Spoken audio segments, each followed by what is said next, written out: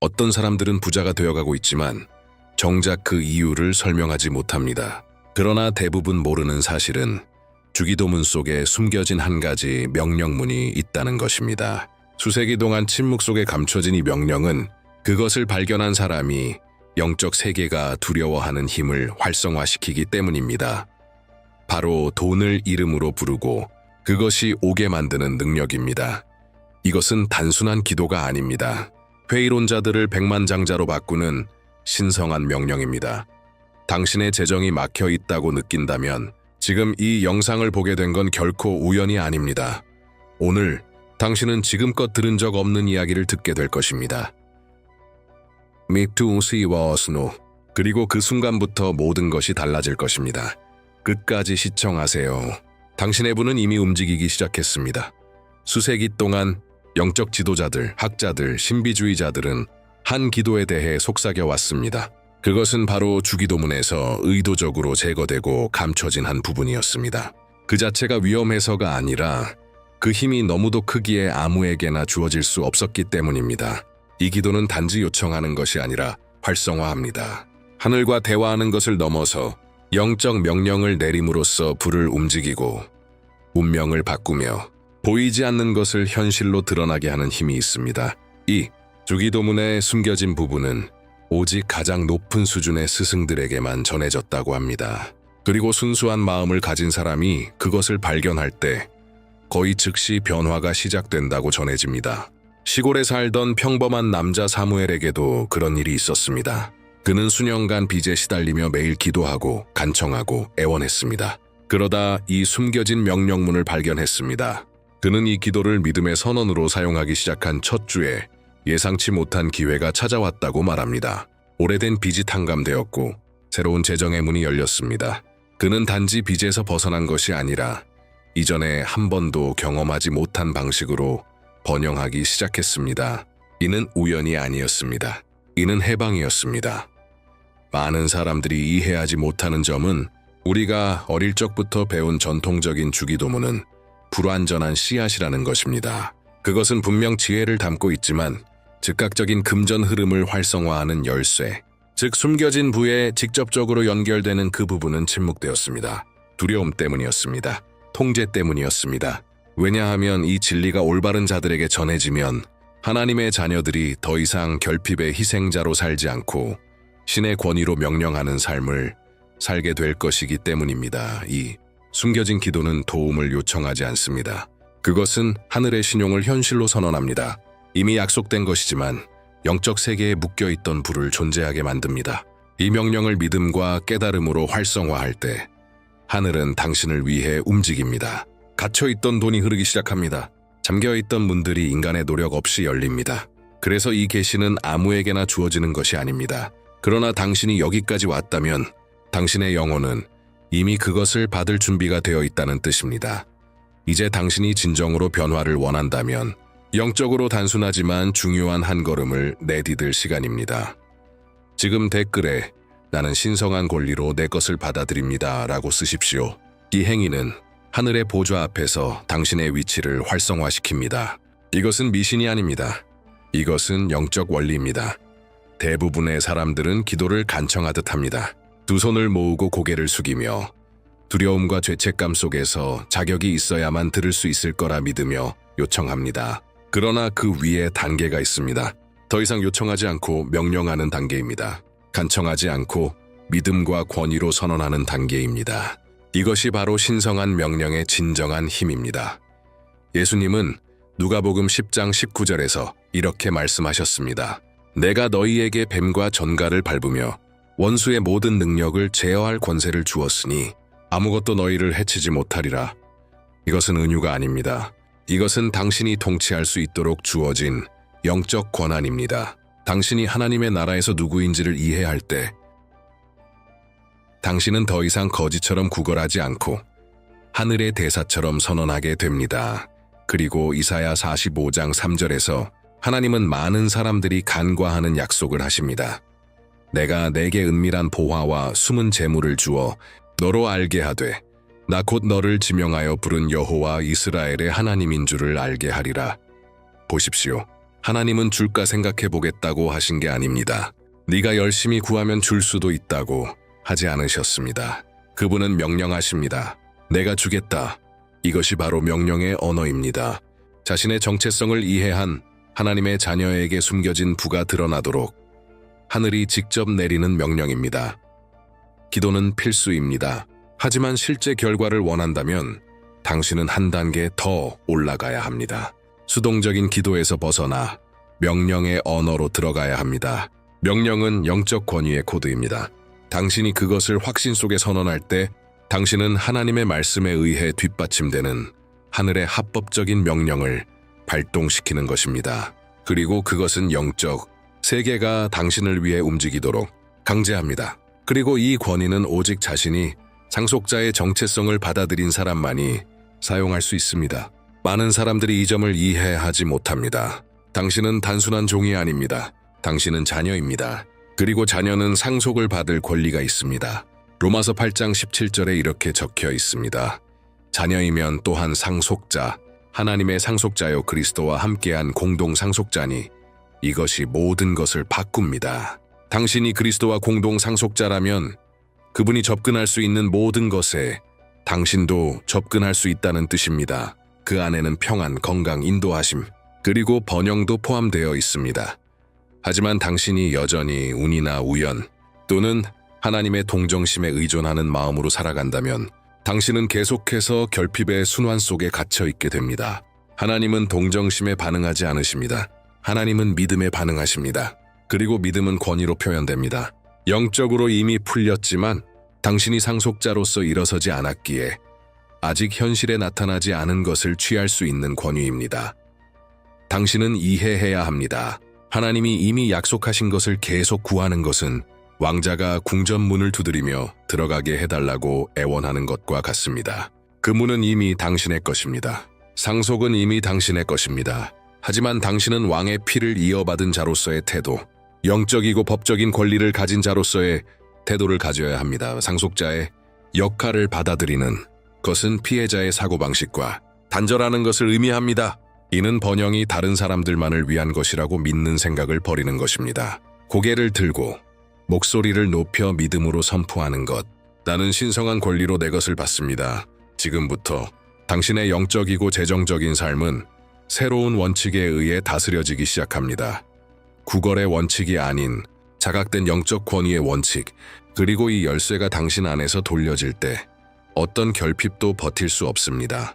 이제 당신은 자녀로서 선포하고 있으며 하늘은 자신이 누구인지 아는 자녀에게 응답합니다. 모든 것을 바꾸는 순간들이 존재합니다.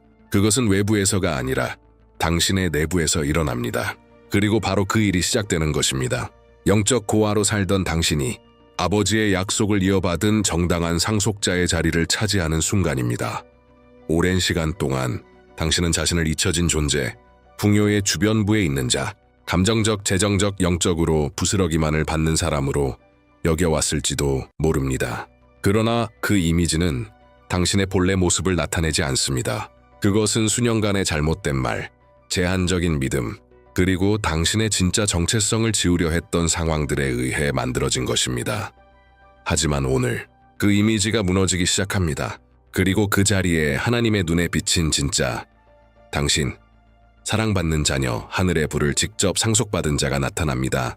당신은 생존을 위해 태어난 것이 아니라 다스리기 위해 태어났습니다. 그리고 이 순간부터 변화의 과정이 시작됩니다. 영적 고아는 기름 부음 받은 왕으로 바뀝니다. 두려움에 떨던 목소리는 권위의 목소리로 바뀝니다. 결핍의 사고방식은 증식의 사고방식으로 전환됩니다. 마치 당신 안에 보이지 않는 왕관이 씌워지는 것과 같습니다. 인간의 눈에는 보이지 않지만 영적 세계는 즉시 그것을 인식합니다. 이 왕관은 허영이나 교만으로 만들어진 것이 아니라 정체성으로 만들어진 왕관입니다. 그것은 이렇게 선언합니다. 이 사람은 합법적인 자녀이며 하늘이 준비한 것을 해방시킬 권한이 있다. 이 왕관과 함께 당신은 풍요의 왕좌로 인도됩니다. 뽐내기 위해서가 아니라 믿음과 인도로 자신의 삶을 다스리기 위해서입니다. 그 왕좌는 멀리 있지 않습니다. 당신 안에 있습니다. 당신의 정체성이 활성화되면 당신을 둘러싼 모든 것이 그 새로운 현실에 반응하기 시작합니다. 이것은 내면의 부활입니다. 깊고도 결정적인 변화입니다. 마치 영적 불사조처럼 당신은 의심, 수치심, 결핍의 재 속에서 솟아올라 이제는 권위와 확신의 불꽃을 품고 등장합니다. 이 순간 하늘은 움직이기 시작하고 지옥은 떱니다. 왜냐하면 자녀가 자신의 진짜 정체성을 깨닫는 순간마다 보이지 않는 세계에서 전쟁이 시작되기 때문입니다. 바로 그 순간 영적 전쟁이 시작됩니다. 당신이 잘못된 일을 해서가 아니라 옳은 일을 하고 있기 때문입니다. 왜냐하면 자녀가 일어서는 순간 풍요의 적들이 저항하려 하기 때문입니다. 하지만 그들에게는 이제 힘이 없습니다. 지금 상상해 보십시오. 하늘에서 천상의 군대가 진영을 갖춥니다. 그들은 수동적인 천사가 아닙니다. 전사들입니다. 불꽃의 검을 든 빛의 존재들로서 수년간 닫혀있던 길을 열 준비가 되어 있습니다. 그들은 단지 구경하러 오는 것이 아닙니다. 그들은 행동하기 위해 옵니다. 당신의 돈이 도착하는 것을 막고 있던 보이지 않는 장벽을 무너뜨리기 위해, 당신을 결핍의 굴레에 가두고 있던 영적 요새를 파괴하기 위해, 당신이 자각된 상속자로서 한마디 명령을 선포할 때마다 영적 세계에서는 새로운 움직임이 일어납니다. 마치 당신의 음성이 하늘 사이를 울려 퍼지며 하나님의 나라의 직접적인 명령을 활성화시키는 것처럼. 그리고 천사들이 반응합니다. 그들은 명령을 받고 강력하게 내려옵니다. 당신의 육안으로는 보이지 않을 수 있지만 영으로 느껴보십시오. 문들이 부서지고 빛들이 보이지 않는 세계에서 무너지고 하늘만이 가진 황금 열쇠로 재정의 문들이 열리고 있습니다. 이 모든 것은 당신이 스스로를 피해자로 보기를 멈추고 상속자로서 자리를 잡았기 때문입니다. 그리고 만약 지금 당신이 뭔가 강력한 것이 이미 시작되었다고 느껴진다면 믿음의 행동으로 좋아요를 누르십시오. 하늘은 눈에 보이는 태도를 인식합니다. 왜냐하면 바로 이 순간 천국의 크레딧이 해방되기 시작하고 있기 때문입니다. 이 표현이 상징처럼 들릴 수 있지만 그렇지 않습니다. 지금은 자원, 기회, 응답, 연결이 영적으로 해방되는 시간입니다. 마치 하늘이 당신과 번영의 계약을 체결하는 것처럼 영적 허가증이 발행됩니다. 코드가 승인됩니다. 그리고 이전에는 어떤 영적 차원에 갇혀있던 돈이 이제는 당신을 향해 움직이기 시작합니다. 금고가 열리고 빚이 연기처럼 사라지고 인간적인 노력 없이 장애물들이 제거되는 모습을 상상해 보십시오. 이전에는 수년의 싸움이 필요했던 것들이 이제는 믿음의 한마디 명령으로 무릎 꿇게 되는 것입니다. 그리고 이것은 당신이 자격이 있어서 일어나는 일이 아닙니다. 당신이 자신의 정체성을 활성화했기 때문입니다. 당신은 이제 더 이상 이미 주어진 것을 구걸할 필요가 없습니다. 취하면 되는 것입니다. 그리고 취함은 믿음, 행동, 자리 잡음을 요구합니다. 천국의 크레딧의 해방은 단순히 하늘에서 돈이 떨어지는 것이 아닙니다. 그것은 잠겨있던 곳에 접근할 수 있게 되는 것입니다. 그것은 흐름입니다. 인간적인 저항이 있던 곳에서 작동하는 하나님의 은혜입니다.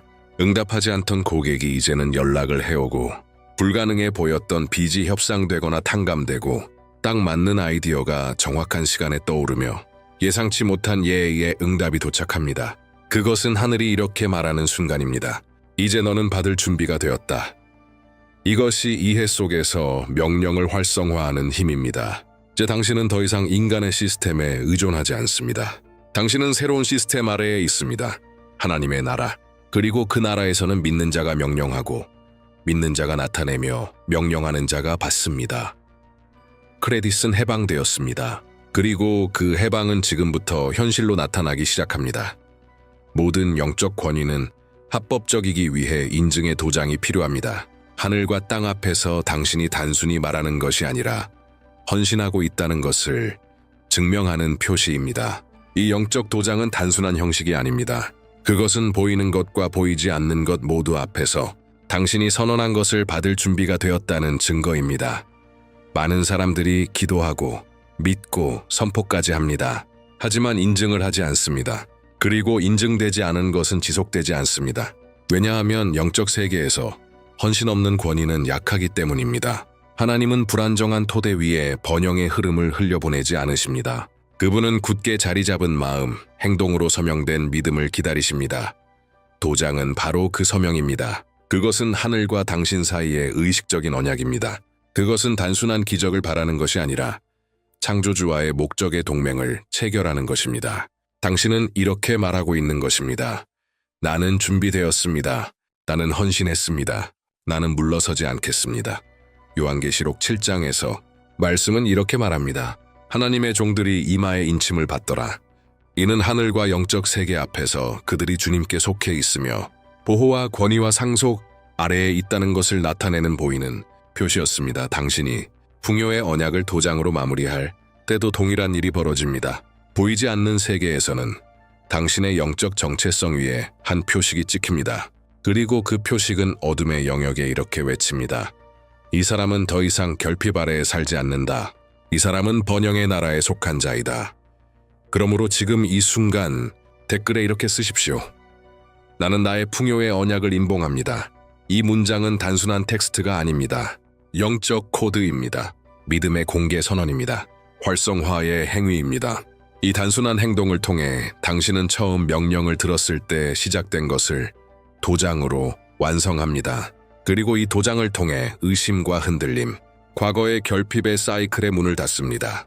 이제 도장을 찍었으니 최고의 명령을 해방할 시간입니다. 숨을 깊이 들이마시고 믿음으로 자리 잡으십시오. 그리고 마치 이미 약속이 성취된 것을 보는 것처럼 권위를 가지고 선포하십시오.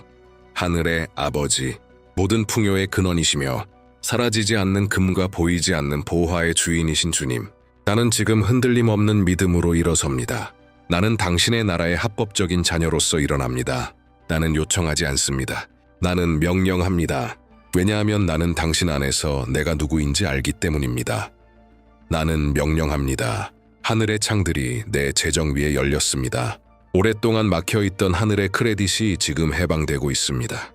나는 자원을 부릅니다. 기회를 부릅니다. 계약서들을, 예기치 않은 수금들을, 번성할 아이디어들을, 증식되는 투자를 존재로 소환합니다. 나는 선포합니다. 어떤 빚도 내 앞에 남아있지 않습니다. 어떤 결핍도 내 집에 살 허가를 받지 못합니다. 나는 가난의 유산과 단절합니다. 내게나 내 가족에게 던져졌던 모든 재정적 저주를 파괴합니다. 나는 상속자입니다. 나는 제사장이며 왕입니다. 나는 그리스도의 마음으로 다스립니다. 나는 명령합니다. 내게 주어진 권위로 풍요가 막을 수 없는 강처럼 흐르도록, 예상치 못한 곳에서 돈이 도착하도록, 은혜가 내 이름을 발견하도록, 초자연적인 공급이 시급하게 내 재정에 침투하도록. 또 이것은 선포되었습니다. 이것은 확정되었습니다. 이것은 임봉되었습니다. 그리고 지극히 높으신 분의 입에서 나온 말은 누구도 무효화할 수 없습니다. 아멘. 이것은 단순한 기도가 아니었습니다. 활성화였습니다. 영적 세계에 해방된 명령이었습니다. 그리고 당신이 이 말을 선포한 순간부터 무언가가 움직이기 시작했습니다. 마치 가뭄의 끝을 알리는 첫 빗방울처럼 그 나타남은 미묘하지만 곧 거세집니다. 당신은 이해해야 합니다.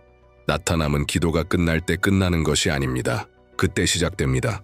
명령은 영적 씨앗처럼 작용합니다. 그러나 이 씨앗은 단 하나의 열매를 맺지 않습니다. 숲을 만들어냅니다. 그것은 단순한 축복을 가져오는 것이 아니라 증식의 사이클을 작동시킵니다. 당신은 마치 댐을 열어 젖힌 것처럼 됩니다. 막혀있던 것이 이제는 넘쳐 흐릅니다. 메마른 곳이 꽃피우기 시작합니다. 상상해 보십시오. 영적으로 황폐했던 들판이 하늘의 물로 적셔지고 있습니다. 정체되어 있던 곳에서 성장이 시작됩니다. 두려움이 있던 곳에 믿음이 자랍니다. 결핍이 있던 곳에 공급이 생깁니다. 당신이 선포한 명령의 모든 단어는 하나의 능력의 단계를 해방시켰습니다. 그리고 그 능력은 성장하고 퍼지고 확장됩니다. 당신이 알지 못했던 문들을 열고 사람들과 아이디어들과 장소들과 해답들과 연결되게 합니다. 하지만 당신이 반드시 지켜야 할 한 가지 진리가 있습니다. 증식은 보호된 마음에서만 유지됩니다. 당신의 마음이 여전히 의심, 비교, 패배의 말들에 열려 있다면 모든 영적 전진은 약화될 수 있습니다. 로마서 12장은 이렇게 말합니다. 너희는 이 세대를 본받지 말고 오직 마음을 새롭게 함으로 변화를 받아, 즉 새로운 것을 살기 위해서는 이미 새로운 것을 살아가는 자처럼 생각해야 합니다. 당신은 더 이상 생존을 위해 싸우는 자처럼 생각할 수 없습니다. 이제는 지혜와 풍요로 다스리는 자처럼 생각해야 합니다. 그러므로 당신의 마음을 방어하십시오. 당신의 생각을 보호하십시오. 안 될 거야 라고 말하는 목소리를 더 이상 받아들이지 마십시오. 당신을 과거의 사이클에 묶으려는 생각들을 권위로 거부하십시오. 예전에는 당신의 마음이 전쟁터였을지 몰라도 이제는 성장과 은혜와 증식의 씨앗만이 자라는 거룩한 정원이 됩니다. 당신의 마음이 새로워질 때 재정의 기적은 지속 가능한 것이 됩니다. 그것은 더 이상 단기적인 축복의 정점이 아닙니다. 끊임없는 강이 됩니다. 당신은 이제 간헐적인 기적에 의존하지 않습니다. 당신은 하늘의 목적과 공급에 정렬된 지속적인 흐름 아래 살아갑니다. 그리고 이 명령이 당신에게 말씀하셨다면 지금 댓글에 이렇게 선포하십시오. 나의 분은 해방되었고 아무도 그것을 막을 수 없다. 이 영상을 3일 연속으로 다시 보십시오. 명령을 반복하십시오. 도장을 강화하십시오. 왜냐하면 반복할 때마다 영적 활성화가 강해지기 때문입니다. 매일 하늘의 크레딧이 당신에게 더 가까이 다가옵니다. 매일 새로운 문이 열립니다. 그리고 매일 불가능했던 것이 당신의 믿음 앞에 무릎 꿇기 시작합니다. 이것은 선포되었습니다. 당신의 재정 현실은 결코 예전으로 돌아가지 않을 것입니다. 이것은 선포되었습니다. 당신의 재정 현실은 결코 예전으로 돌아가지 않을 것입니다. 사람들은 당신을 보고 단지 재정 관리 부족이라고 생각합니다. 하지만 아무도 잠 못 이루는 밤들과 이미 모든 것을 시도해봤지만 여전히 마이너스인 사람의 조용한 절망은 보지 못합니다. 하지만 문제는 단지 현실적인 것이 아니라 영적인 것일 수도 있다면 어떨까요? 성경에는 잘 알려지지 않은 시편이 하나 있습니다. 이것은 마치 열쇠와 같아 잊혀진 기도이자 사람들을 빚에서 해방시키고 3일 안에 공급을 가져다주는 말씀입니다. 오늘 당신은 이 능력을 풀어내는 방법을 배우게 될 것입니다. 어쩌면 이것이 당신 인생의 반전의 시작일지도 모릅니다. 매달 숫자가 맞지 않는 그 너머에는 훨씬 더 깊은 무언가가 있습니다. 어떤 사람들은 열심히 일하고 노력하고 초과 근무도 하고 아끼려고 애쓰지만 그래도 돈이 남지 않습니다. 오히려 더 노력할수록 더 많은 청구서가 생기고 예기치 못한 일이 발생하고 돈은 손가락 사이로 빠져나가는 것 같습니다. 그리고 이런 일은 당신만 겪는 일이 아닙니다. 수천 명의 사람들이 똑같은 상황을 살고 있습니다. 하나님을 믿고 기도하고 신앙이 있는 사람들조차도 여전히 빚에 얽매여 있고 재정적인 굴욕을 겪고 있으며 수년째 반복되는 사이클에 갇혀 있습니다. 사실 이런 상황들 중 많은 것들은 단지 현실적인 문제가 아니라 영적인 문제입니다. 사람들의 재정적인 삶을 붙잡고 있는 보이지 않는 장벽들이 있으며 대부분의 사람들은 그것을 인식조차 하지 못합니다. 가족 내의 트라우마, 돈에 대해 들은 부정적인 말들, 무의식적으로 맺은 부족함의 서약, 나는 번영할 자격이 없어라는 내면의 판단들, 이런 모든 것들이 영적인 감옥을 만들어 공급의 흐름을 막습니다. 성경은 이에 대해 말하고 있습니다. 재정적인 저주에 대해 말하고 잃어버린 영역의 회복에 대해 말하며 되찾는 은혜에 대해 말합니다. 하지만 그 원리를 실제로 적용할 줄 아는 사람은 많지 않습니다. 그리고 지금 우리가 하는 일이 바로 그것입니다. 숨겨진 것을 밝히는 것. 왜냐하면 당신이 이 문제가 단순한 엑셀 시트의 문제가 아니라 재정 뒤에 있는 영적인 세계와 관련된 것임을 이해하게 되면 당신은 안에서부터 변화되기 시작합니다. 하나님은 당신이 항상 한계에 몰려 살아가길 원하지 않으십니다. 하나님은 영적인 코드들을 가지고 계시며 당신이 그 코드들을 활성화시킬 때 일들이 움직이기 시작합니다. 닫혀있던 문이 열리고 막혀있던 것들이 흐르기 시작합니다. 그리고 그 코드들 중 하나는 바로 하나님의 말씀 안에 있습니다. 성경은 단지 옛 이야기들이 담긴 거룩한 책이 아닙니다. 그것은 살아있는 도구이며 약속과 선언, 영적인 원칙들로 가득 차 있습니다. 믿음으로 그것들을 적용할 때 현실이 변합니다. 성경 속 시편은 특별한 자리를 차지합니다. 시편은 단순한 시가 아닙니다. 그것은 영적인 무게를 지닌 기도이며 감정과 믿음, 고통과 헌신으로 가득 찬 말씀입니다. 당신이 시편을 믿음으로 읽을 때 단지 말하는 것이 아닙니다. 당신은 영적인 세계에 어떤 것을 풀어놓고 있는 것입니다. 하지만 시편을 읽는 것과 시편을 활성화하는 것 사이에는 차이가 있습니다. 읽는 것은 그저 눈으로 지나가는 것이고 활성화하는 것은 의도를 가지고 선언하는 것입니다. 마치 보이지 않는 세계의 자물쇠를 여는 열쇠처럼 말이죠. 그것이 바로 변화를 일으킵니다. 그리고 실제로 많은 사람들이 이것을 진지하게 적용함으로써 재정적인 자유를 경험하고 있습니다. 하루에 3번 믿음을 가지고 시편을 선언하기 시작한 사람들, 그들은 실제로 돈이 생기고 빚이 갚아지고 수년간 닫혀있던 문이 예상치 못하게 열리는 것을 경험했습니다. 지금 이 말씀이 당신에게 직접 말하고 있는 것처럼 느껴진다면, 이 메시지가 당신의 삶을 위한 것이라고 느껴진다면 지금 댓글에 이렇게 적어보세요. 나의 재정 반전은 오늘부터 시작된다. 이 댓글은 단순한 문장이 아니라 영적 세계에 뿌려지는 믿음의 씨앗입니다. 시편은 완벽한 사람들이나 고통과 동떨어진 사람들이 쓴 것이 아닙니다. 그것은 실제 압박, 내면의 갈등, 상실, 위기를 겪은 사람들이 쓴 것입니다. 지금 당신이 겪고 있을지도 모를 상황처럼 말이죠. 다윗이 많은 시편을 썼을 때 그는 자신의 생명을 위해 도망치고 있었고 부당하게 쫓기며 가장 믿었던 사람들에게 배신당하고 있었습니다. 그는 왕이었지만 왕좌에 앉기 전에는 거절당했고 잊혀졌고 동굴 속에 숨어 살면서 하나님께 도움을 부르짖던 사람이었습니다. 또 다른 시편의 저자인 아삽은 성전에서 예배를 인도하던 사람이었지만 악인이 번영하고 의인이 고통받는 현실에 대해 질문하는 글을 남겼습니다. 한 나라를 광야에서 이끌었던 모세도 하나님 앞에서 자신의 영혼을 쏟아붓는 기도의 글을 남겼습니다. 이 사람들은 이론을 쓴 것이 아닙니다. 그들은 자신의 영혼으로 눈물로 조여오는 마음으로 시편을 썼습니다. 시편은 바닥까지 내려갔다가도 하늘을 향해 눈을 들어 부르짖은 사람들의 말입니다. 그렇기에 시편에는 강력한 능력이 담겨 있습니다. 시편은 고통과 희망, 절망과 믿음, 위기와 감사가 뒤섞여 있습니다. 당신이 시편을 읽을 때 당신은 매우 특별한 영적 주파수에 접속하게 됩니다. 감정의 진실성과 영적 순복의 주파수. 그러나 기계적으로 읽는 것만으로는 부족합니다. 시편이 의도를 가지고 믿음으로 마음을 담아 선포될 때 무언가가 정렬되기 시작합니다. 혼란스러운 당신의 마음이 정리되고 당신의 영이 하늘과 연결되며 당신 주위의 분위기가 바뀝니다. 그것은 마치 당신의 기도가 이미 열려있는 길을 따라가는 것과 같습니다. 수세기 동안 믿음의 사람들, 고통 속에서도 외치고 승리했던 목소리들이 닦아놓은 영적인 길입니다. 그렇기에 많은 사람들이 시편을 꾸준히 의도를 가지고 기도할 때 기적을 경험하게 되는 것입니다. 시편은 마법이 아닙니다. 그것은 영적인 무기입니다. 그리고 그 수많은 시편들 중에 거의 아무도 언급하지 않는 시편이 하나 있습니다. 유명하지도 않고 예쁘지도 않아서 숨어있는 시편. 그것은 고통, 수치, 버려진 느낌을 말합니다. 하지만 동시에 모든 것을 바꾸는 부르짖음을 담고 있습니다. 하나님의 마음 깊은 곳을 울리는 절박한 호소를 담고 있습니다. 그 시편은 바로 44편입니다.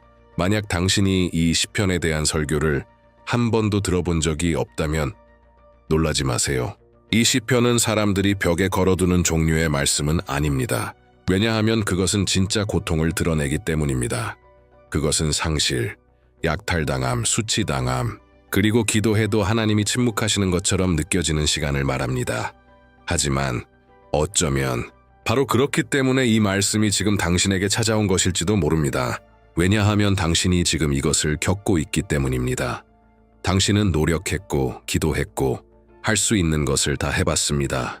그런데도 마치 원수가 당신 삶을 약탈하고 있는 것처럼 느껴집니다. 들어오는 것은 다 새어나가고 승리는 오래 가지 않고 당신은 부르짖지만 아무것도 변하지 않는 것처럼 느껴집니다. 그런데 이 시편에 이렇게 기록되어 있습니다. 우리는 날마다 하나님을 자랑하며 주의 이름을 영원히 찬양하였나이다. 그러나 이제는 주께서 우리를 버리시고 우리를 수치스럽게 하시며 우리의 군대와 함께 나가지 아니하셨나이다. 주께서 우리로 원수 앞에서 물러가게 하시니 우리를 미워하는 자들이 탈취하였나이다. 이 구절은 빚이 우리에게 하는 일을 정확히 묘사합니다. 빚은 우리를 뒤로 물러서게 만듭니다. 우리를 모욕하고 혼란스럽게 하고 우리에게 속한 것을 빼앗아 갑니다.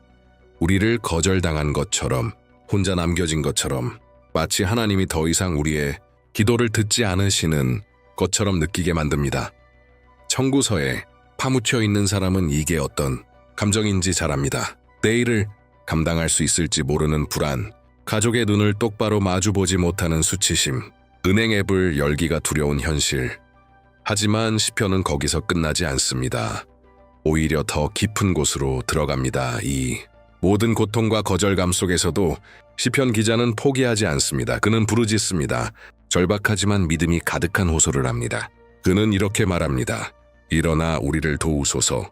주의 인자하심으로 말미암아 우리를 구원하소서. 이 말씀은 위기 속에서 당신이 선포할 수 있는 가장 강력한 구절 중 하나입니다. 왜냐하면 이 기도는 매우 깊은 영적 진리를 인정하기 때문입니다.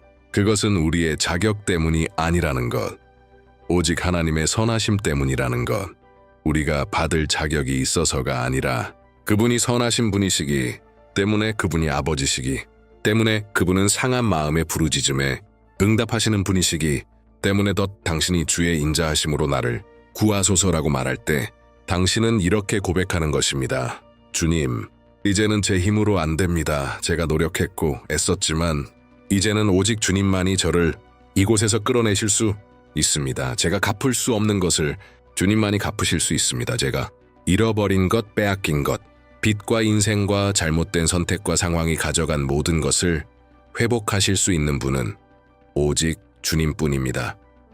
그리고 바로 그때 하늘이 움직입니다. 당신이 모든 걸 조종하려고 할 때가 아니라 당신이 항복할 때, 당신이 신의 도움이 필요하다고 인정할 때, 그리고 그 구원이 오직 하나님께로부터 온다고 고백할 때 이 시편은 특별합니다. 영광으로 시작해 고통을 지나 혼란 속을 통과하고 마지막엔 하늘을 울리는 부르짖음으로 끝납니다. 그리고 그 부르짖음은 오늘 당신에게도 열려 있습니다. 당신이 이 상황에 얼마나 오래 있었는지는 중요하지 않습니다. 빚이 얼마나 많은지도 중요하지 않습니다. 얼마나 많이 시도했고 실패했는지도 중요하지 않습니다. 당신이 이 말씀을 하루에 3번 믿음을 가지고 의도를 담아 마음을 다해 선포하기 시작한다면 영적인 세계에서 새로운 무언가가 활성화될 것입니다. 왜냐하면 이것은 단순한 문장이 아니라 회복의 능력을 담은 탄원이기 때문입니다. 세기를 넘어 오늘까지도 하나님께 들려지고 있는 기도이기 때문입니다. 당신이 지금 바닥에 있을지라도 이렇게 믿음으로 부르짖는다면 일어나 나를 도우소서, 주의 인자하심으로 나를 구하소서. 당신은 불가능한 일이 움직이기 시작하는 것을 보게 될 것입니다. 왜냐하면 당신의 힘이 끝나는 그 자리에서 하나님의 개입이 시작되기 때문입니다. 그리고 하나님은 결코 진실한 부르짖음을 외면하지 않으십니다. 만약 당신이 이 메시지가 자신을 위한 것이라고 느낀다면 지금 이 채널에 구독하세요. 왜냐하면 이곳에서는 하나님의 말씀을 실제 삶에 적용하는 법을 배우게 됩니다. 단지 약속을 듣는 것이 아니라 기적을 살아내는 것입니다. 이 공간은 믿음이 실천으로 바뀌고 기도가 열쇠가 되며 성경이 단순한 책이 아니라 당신의 재정, 감정, 영적 삶을 변화시키는 도구가 되는 곳입니다. 이제 시편 44편의 깊이를 이해했으니 이 영적 코드를 의도적으로 적용하는 법을 배울 시간입니다. 그리고 맞습니다. 저는 이것을 코드라고 부릅니다. 왜냐하면 이것은 마치 비밀 조합처럼 믿음과 훈련, 헌신으로 활성화될 때 초자연적인 개입을 불러오는 열쇠이기 때문입니다. 성경 구절을 반복한다고 해서 미신이나 신비주의가 아닙니다. 그것은 영적 입장의 표현입니다. 나는 신뢰하기로 선택합니다. 나는 믿기로 선택합니다. 나는 하나님이 이미 약속하신 것을 선포하기로 선택합니다. 하루에 3번 믿음을 가지고 한 구절을 반복할 때 당신은 하나님을 조종하려는 것이 아닙니다. 당신은 자신의 생각과 영, 그리고 주의를 하늘과 일치시키는 것입니다. 당신의 영혼에 이렇게 말하는 것입니다. 나는 더 이상 이렇게 살지 않겠다. 영적 세계에 이렇게 선언하는 것입니다. 나는 하나님의 자녀로서, 약속의 상속자로서 내 자리를 잡겠다. 핵심 구절은 이미 봤듯이 일어나 우리를 도우소서, 주의 인자하심으로 우리를 구원하소서. 이 말씀을 선포할 때 당신은 완전한 기도를 풀어내고 있는 것입니다. 왜냐하면 이 기도는 3가지 움직임을 담고 있기 때문입니다. 하나님이 일어나시기를 구하고 구원을 요청하며 그 행동의 근거가 우리의 공로가 아닌 하나님의 선하심임을 고백합니다. 왜 하루에 3번 이 말씀을 선포해야 할까요? 왜냐하면 당신은 전쟁 중이기 때문입니다. 사람들과의 싸움이 아니라 영적인 저항, 결핍의 사고, 반복되는 실패의 패턴과 싸우고 있기 때문입니다. 아침에, 하루 중간에, 잠자기 전에 이 말씀을 반복하는 것은 당신 주위에 영적 보호의 벽을 세우는 것과 같습니다. 당신의 믿음을 살아있게 하고 영을 깨어있게 하며 생각을 새롭게 하는 것입니다.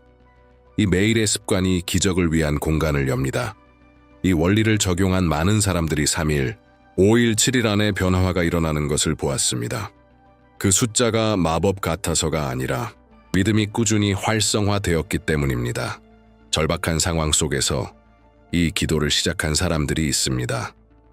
연체된 빚, 끊긴 서비스들 속에서 기도하기 시작했는데 일주일도 되지 않아 문이 열렸습니다.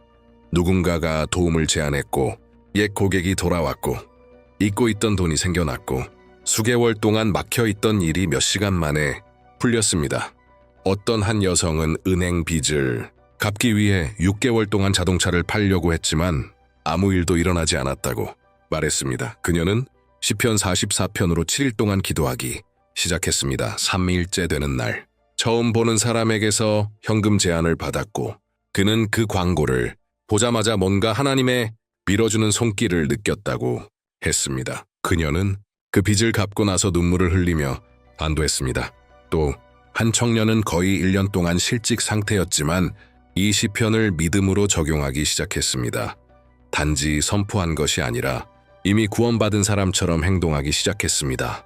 5일째 되는 날, 오래전에 지원해놓고 잊고 있던 회사에서 면접 연락이 왔고 그 주 안에 채용되었습니다. 당신에게도 이런 일이 일어나는 걸 상상해보세요. 이메일을 열었더니 빚이 탕감되었다는 소식이 와 있다면? 기대하지 않았던 사람에게서 전화가 와서 도움을 제안한다면? 은행 앱을 열었는데 계획에도 없던 금액이 입금되어 있다면? 당신이 생각지도 못한 통로를 통해서 말이죠. 이것이 바로 예기치 못한 공급입니다. 그것은 믿음이 훈련을 만났을 때 일어납니다. 기도가 올바른 마음을 만났을 때, 그리고 당신이 나는 항상 돈이 없어. 나는 고생하려고 태어났어.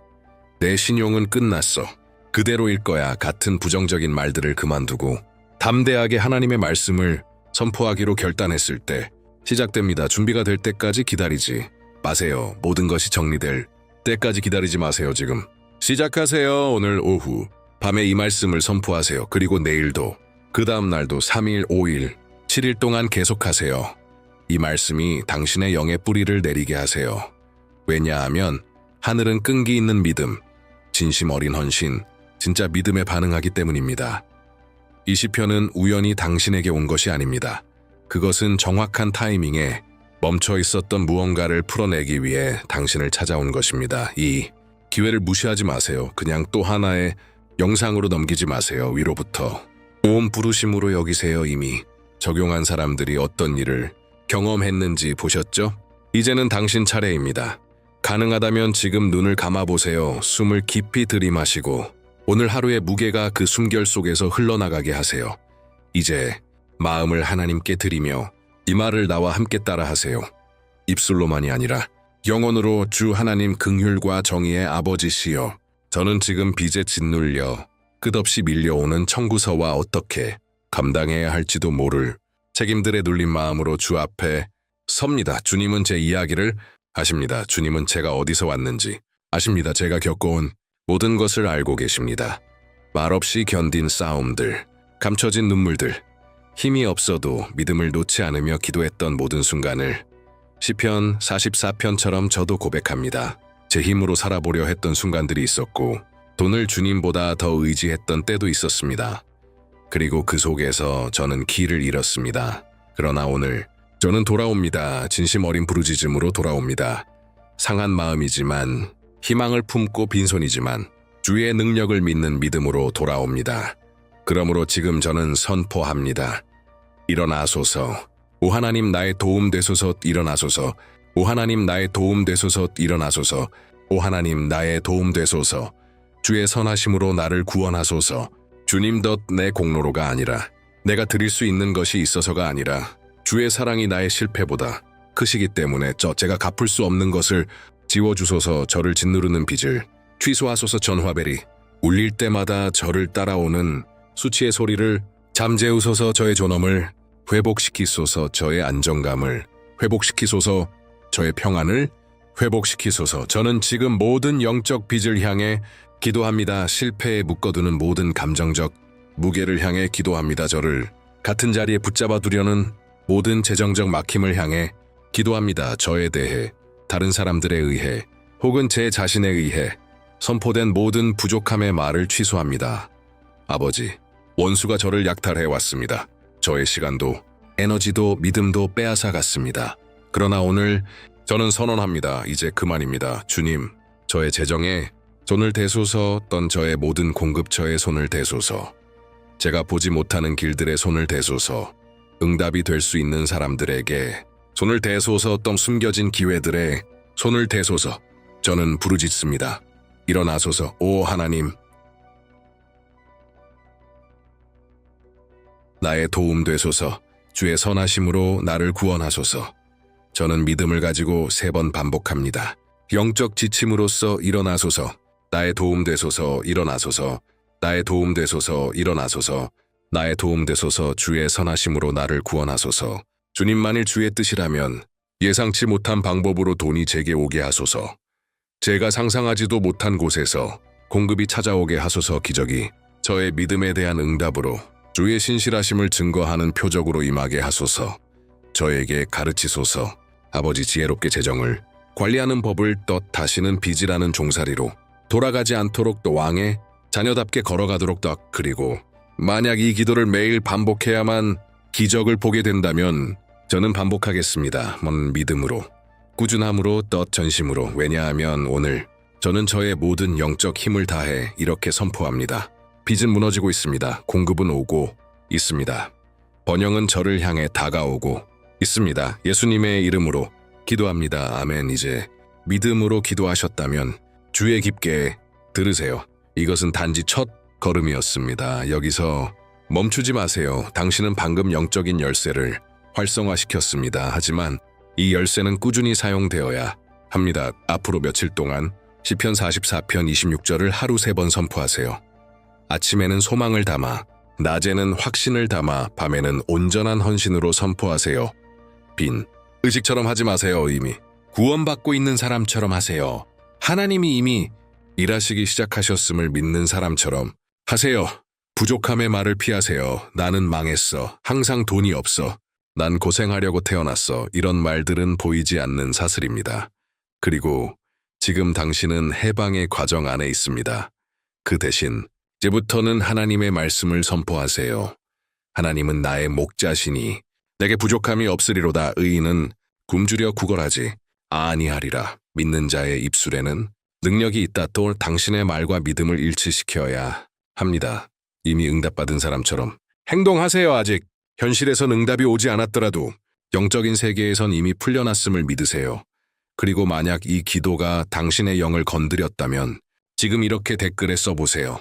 하나님께서 이미 나의 재정을 구원하시기 시작하셨다. 이것은 단순한 댓글이 아닙니다. 이것은 선포입니다. 믿음의 선언입니다. 예언적 행위입니다. 당신은 하늘과 영적 세계에 이렇게 말하고 있는 것입니다. 나는 믿습니다. 그리고 기적을 살 준비가 되어 있습니다. 이 흐름을 멈추지 마세요. 차갑게 식지 마세요. 뒤로 물러서지 마세요. 왜냐하면 끝까지 견디는 자는 보게 될 것입니다. 보게 될 것입니다.